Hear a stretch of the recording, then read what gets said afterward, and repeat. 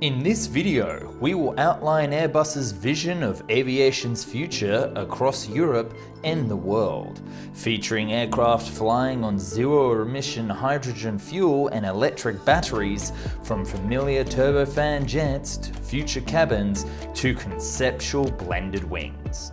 Let's wind the clock forward and see what Airbus has in store for us in the world of tomorrow.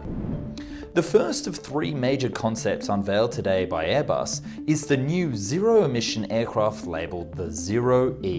Planned to enter the market by 2035, it will be powered by hydrogen-based fuel instead of petrochemicals or electric batteries. What is hydrogen fuel, you may ask? Well, the basic understanding is that liquid hydrogen is burned with oxygen in a gas turbine, which then creates a highly efficient hybrid electric propulsion system. The resulting emissions of hydrogen dioxide, or commonly known as water, is released into the atmosphere, chemically, radioactively, and pollutant-free. The only real zero-emission technology that is possible on the market today. The killer is that hydrogen fuel can work with existing aircraft technology and can relatively match some of the potential done by jet fuel. By tweaking the way an aircraft engine works, only the engines need to be upgraded to any existing airframe. Hence why Airbus is so optimistic to bring it to the market by 2035. Airbus has created three concept aircraft that will use this technology. The first is a hydrogen turboprop that looks like the ATR-72 or the Q400 that is used mostly in regional networks today. It will have a range of around 1,000 nautical miles and be powered by two special hydrogen turboprop engines. These aircraft will carry just under 100 passengers in a normal configuration, but it is designed for regional feeder routes for bigger airlines, so its specifications suit it perfectly. The second, designed by Airbus, carrying 200 passengers to a range of 2,000 nautical miles, this aircraft looks just like the planes that we see flying in the world today, although with no emissions. The range is perfect for most routes, as the average distance travelled by most flights today is only 1,240 nautical miles, or 2,300 kilometres. The last concept, and by far the most interesting, is the blended wing concept. This will seat passengers and carry cargo in a completely different way than modern aircraft, but as the aircraft itself is the wing, it will be able to shave tens of percentiles off its fuel burn, affording a longer range and being able to carry more passengers. Because this architecture allows more space, more volume to store fuels, to store hydrogen in this case. So it gives much more freedom to much more design space to install passengers and hydrogen. One airline has already shown heavy interest in these concepts: European low-cost carrier EasyJet. EasyJet remains absolutely committed to a more sustainable flying, and we know that the technology is where the answer lies for the industry. But what will it be like to fly on board these aircraft? Airbus has also released several cabin innovation concepts that show off the way we will experience their new aircraft in the future. For one, there will still be windows, unlike a certain supersonic aircraft that I featured a few weeks ago. I'll put the link up the top. There will be, however, augmented reality on the walls that will improve visual fidelity, allowing people to access data or see outside of the cabin with widescreen. The second concept is creating spaces for those on board the aircraft. These concepts are called living spaces and can be modified for certain activities, such as exercise or a bar for those to mingle.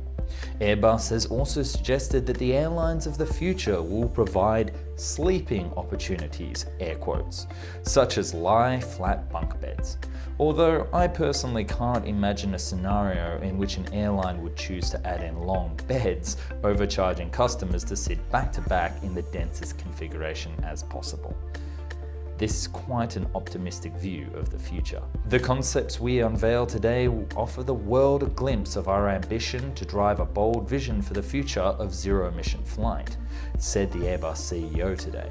I strongly believe that the use of hydrogen, both in synthetic fuels and as a primary power source for commercial aviation, has the potential to significantly reduce aviation's climate impact. And last, there are some flaws to this hydrogen technology that we should discuss. For one, we're talking about a fuel type that isn't produced on the scale that is required by airlines around the world. Even biofuel production, that has seen massive advancements in recent years, is light years behind having any real impact on operations for airlines. For example, KLM would use up the entire world's supply of biofuels in less than a day at peak operations. That's how little there is. And we're talking about another fuel type that doesn't even exist on the same scale as biofuels.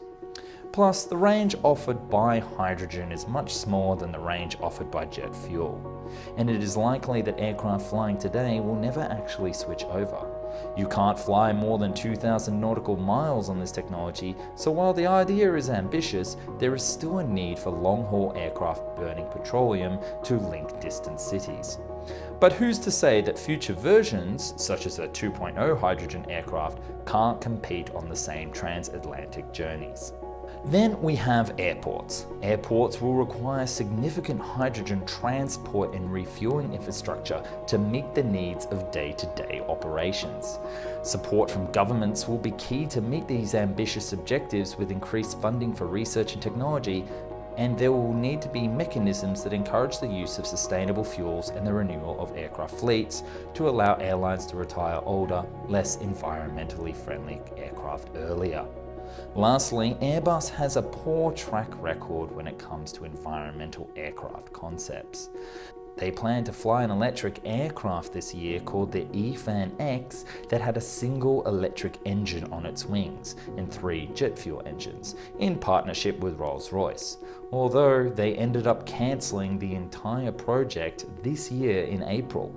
So will these hydrogen aircraft see the light of day? I won't be holding my breath.